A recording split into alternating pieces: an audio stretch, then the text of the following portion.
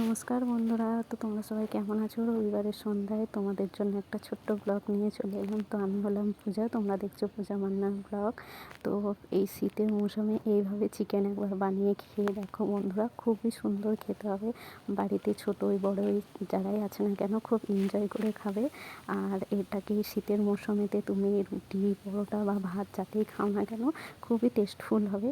তো এই পুরো রেসিপিটা বানাতে কী কী লাগছে তোমাদের সাথে সেটাই শেয়ার করব। তো সর্বপ্রথম দেখো এখানে নিয়ে নিয়েছি হচ্ছে একটু পেঁয়াজ কুচি। তো দেখো বন্ধুরা, আমি চিকেনটা বানানোর জন্য এখানে কি কি উপকরণ নিয়েছি।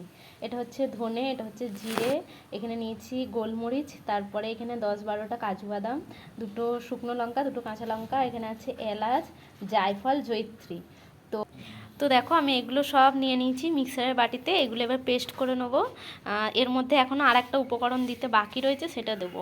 আর তোমাদের মেন কথা যেটা বলছি, দেখতে পেয়েছো এখানে আমি দুটো কাঁচা লঙ্কা, দুটো শুকনো লঙ্কা নিয়েছি।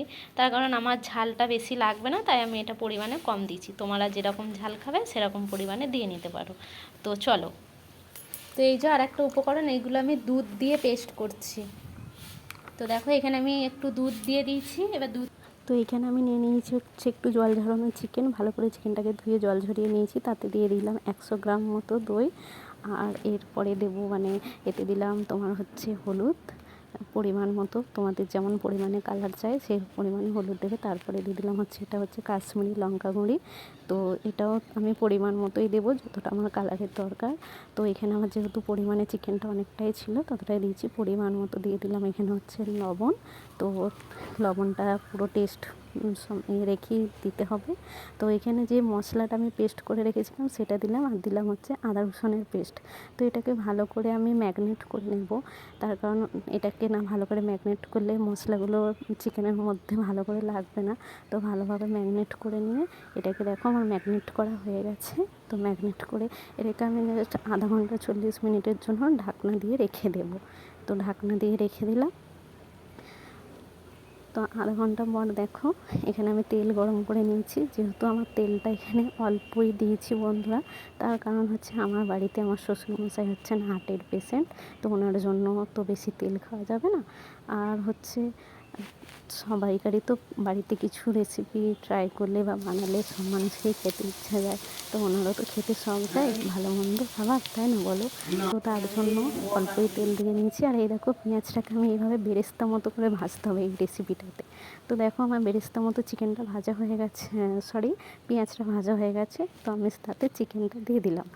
তো আরেকটা জিনিস আমার খুব অসুবিধা হচ্ছিলো বন্ধুরা, যেহেতু আমাকে ফোনটা ধরতে হচ্ছিলো তাই আমি চিকেনটা নাড়ার জন্য একটু অসুবিধা হচ্ছিলো। তো যখন আমি ফোন ধরছি তখন আমি খুন্তি নাড়তে পারছি না, যখন খুন্তি নাড়ছি তখন আমি ফোন ধরতে পারছি না। আর ফোনটা না ধরলে তোমাদের সাথে পুরো ভিডিওটা কীভাবে শেয়ার করব বলো? তো সেই জন্য যখন ফোনটা ধরছি আমি খুন্তিটা রেখে দিচ্ছি। তো দেখো এইভাবে চিকেনটাকে আমি ভালো করে একটু কষিয়ে নিচ্ছি। তো এইভাবে কষানো হয়েছে দেখো, যেহেতু অল্প তেল দিয়েছি বলে খুব বেশি তেল ছাড়েনি, একটু হালকাই তেল ছেড়েছে। তো দেখো এরপরে যে মিক্সি ধোয়া জলটা ছিল সেই মিক্সিটা ধুয়ে আমি জলটা রেখে দিয়েছিলাম, বা বাটিটাও যে আর মধ্যে আমি চিকেনটা ম্যাগনেট করেছিলাম সেটাকেও ধুয়ে আমি এর মধ্যে দিয়ে দিলাম। তো এর মধ্যে আমার মনে হচ্ছে আর একটু জল লাগবে, তাই আমি আর একটু দিয়েছি। তার কারণ হচ্ছে জলটা একটু দেবো আমি, কারণ এটাকে তো একটু রসা রসা মতো হবে। আর এই দেখো এতে দিয়ে দিলাম ধনেপাতা কুচি, আর দিয়ে দেবো হচ্ছে এতে কসুরি মেথি। তো কসুরি মেথি দিয়ে এটাকে জাস্ট 10 থেকে 15 মিনিট ঢাকনা দিয়ে, এই দেখো আমি কসুরি মেথিটা দিয়ে দিলাম, খুবই সামান্য দিয়েছি। তো এটাকে এই 15-20 মিনিট মতো আমি ঢাকনা দিয়ে একটু রেখে দেবো, যাতে চিকেনগুলো আর একটু সফট হয়। তো দেখো আমি ঢাকনা দিয়ে দিলাম এখানে। তো আমার 15-20 মিনিট পর দেখো চিকেনটার এরকম কালার এসছে আর এইভাবে তেল ছেড়েছে। তো আমি চিকেনটা একটা দেখলাম যে কীরকম সিদ্ধ হয়েছে। তো দেখো চিকেনগুলো পুরো সফট হয়ে গেছে, ভালোই নরম হয়ে গেছে।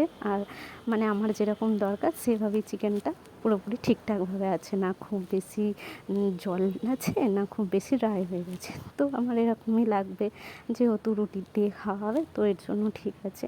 তো এর সাথে এখন যেহেতু শীতকাল ভাত তো ভালো লাগবে না, তো আমি দেখো এখানে রুটি বানিয়ে নিয়েছি। তো রুটির সাথে এটাকে খেতে, তো দেখো বাড়ির সবাই কত আনন্দ করে খাচ্ছে।